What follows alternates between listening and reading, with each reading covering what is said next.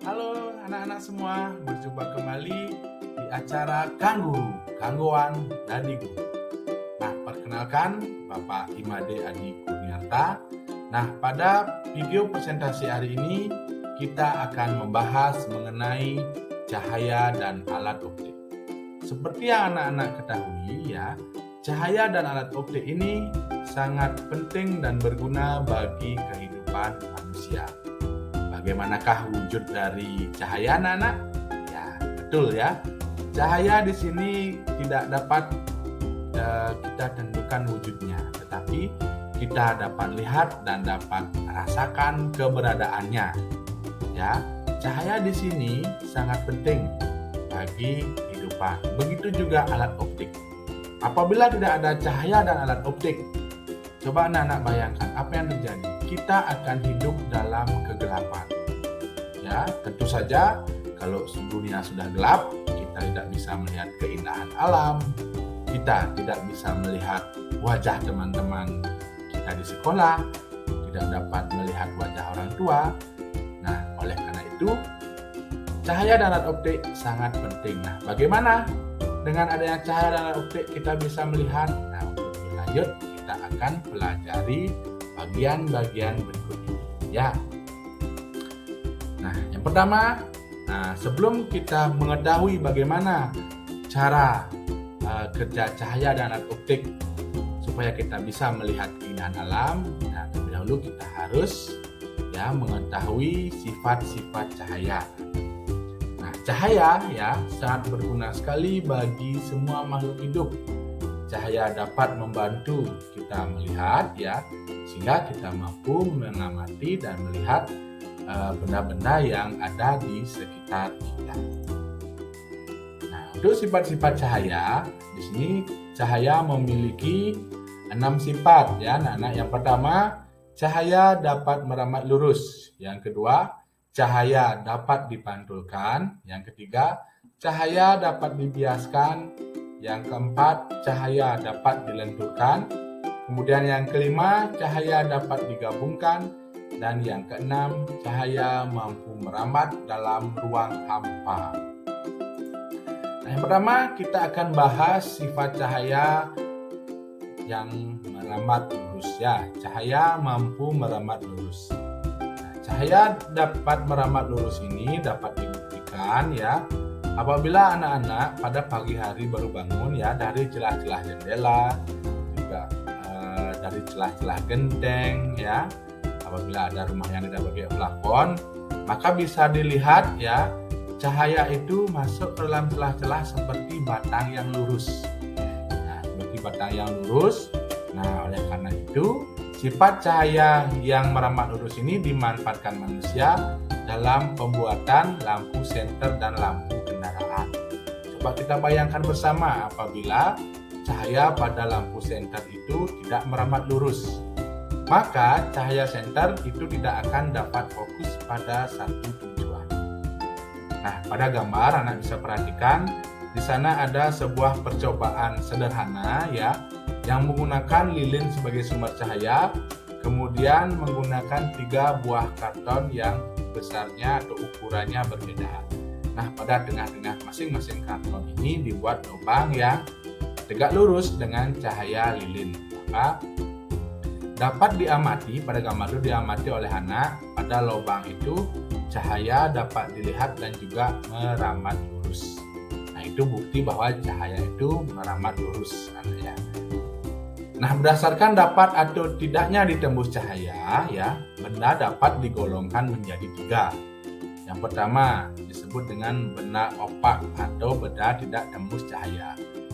Nah, apa itu benda opak? Nah, yang tulisannya opak kue ya, tapi bukan kue yang kita bisa makan. Nah, ini opak adalah benda gelap yang tidak dapat ditembus oleh cahaya sama sekali. Contoh, misalnya buku, kayu, tembok, dan air yang keruh, dan masih banyak lainnya ya anak-anak. Kemudian yang kedua, benda bening. Nah, benda bening ini adalah benda yang dapat ditembus cahaya. Benda bening ini juga sering disebut dengan benda transparan. Nah, benda transparan ini meneruskan semua cahaya yang mengenainya. Contoh, kaca ya, yang menggunakan kaca bening ya di rumahnya, bukan kaca yang berwarna hitam ya, kaca bening. Nah, ini disebut dengan benda transparan. Makanya kalau di rumah anak-anak menggunakan kaca bening, rajin-rajinlah membersihkan agar cahaya itu dapat masuk ke kamar Anda ya.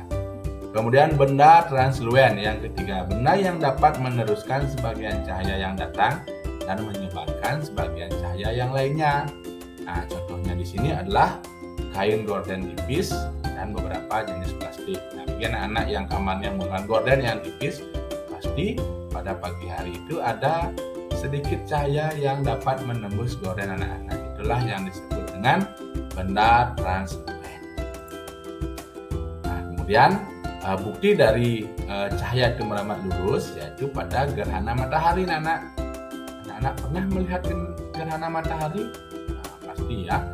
Nah, di mana langit itu akan menjadi seperti mendung, ya, tidak hujan.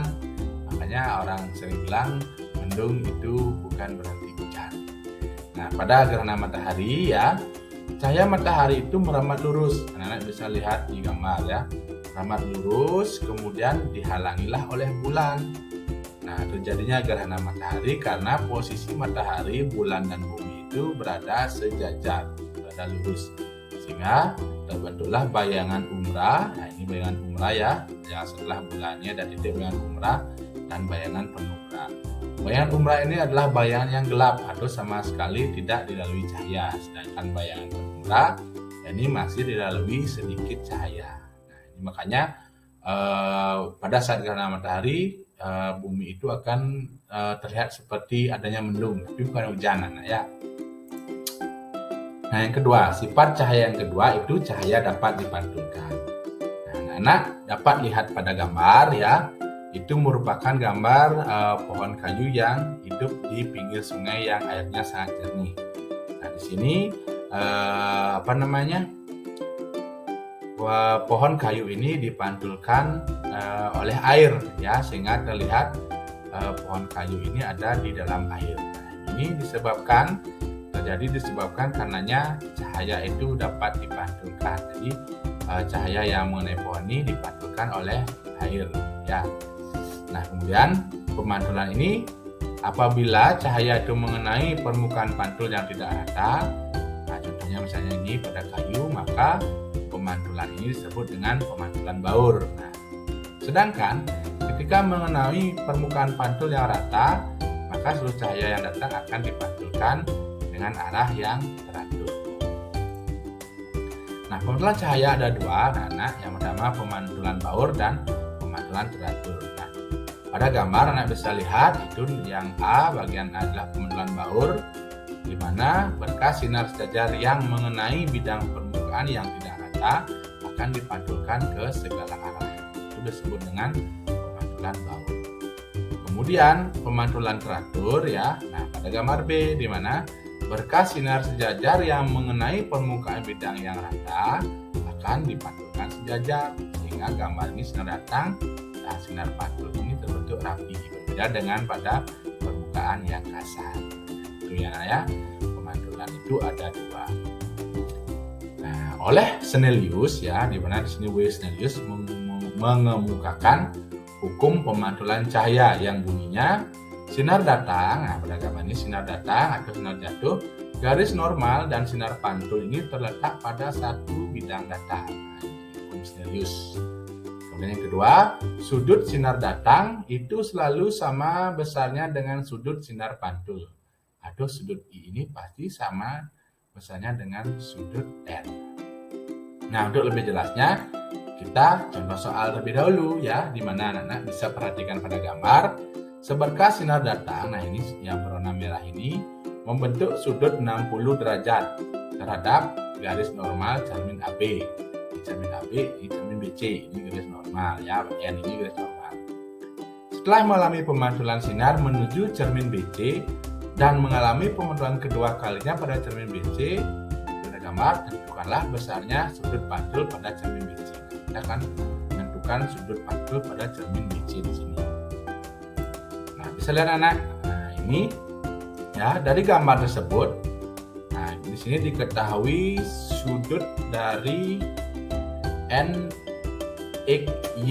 Ya, sudut NXY sama dengan di sini NXY adalah sudutnya 60 derajat.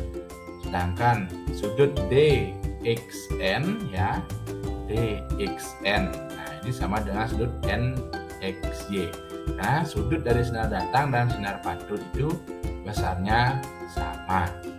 Ya, seperti hukum yang dikemukakan dalam hukum Snellius. Nah, maka di sini kemudian sudut NXB, nah NXB, nah ini NXB, nah ini merupakan sudut siku-siku, jadi besarnya adalah 90 derajat NXB. Kemudian berapa sudut dari YXB? Nah, berapa sudut YXB? Nah, sudutnya yang ditanyakannya tadi ini adalah 90 derajat, kemudian ini mulai sudut pantul sama dengan sinar sudut datang, maka 60 jadi 90 derajat NXB kurangi sinar pantul NXY, berarti di sini adalah sudutnya 30 derajat. Nah, ya, sudut YXB ini adalah 30 derajat. Kemudian perhatikan segitiga XBY. Nah, XBY. Nah, ini sudutnya sudah pasti 110 derajat. Sudut XYB, kemudian kita harus ketahui juga XYB, karena ini merupakan garis lurus, maka sudutnya adalah 180 derajat. Nah, sudut YXB adalah 30 derajat dikurangi sudut XBY. Nah, berarti 180 derajat dikurangi 30 derajat dikurangi 110 derajat. Nah, berarti sudut ini adalah 40 derajat. Nah, sudut XYB itu adalah 40 derajat. Ya. Nah, kemudian sudut datang pada cermin BC. Nah, sudut datang pada cermin BC yaitu sudut XYN sama dengan sudut BYN dikurangi sudut XYB. Nah, maka di sini adalah 90 derajat. Nah, ini 90 derajat BYN kan 90 derajat dikurangi 40 derajat. Nah, sehingga sudutnya di sini adalah sudut XYN atau BYN. Ini sudutnya adalah 50 derajat. Nah, jadi berapa sudut pantul pada cermin BC? Nah, berapa sebenarnya di sini P, nilai P ini berapa?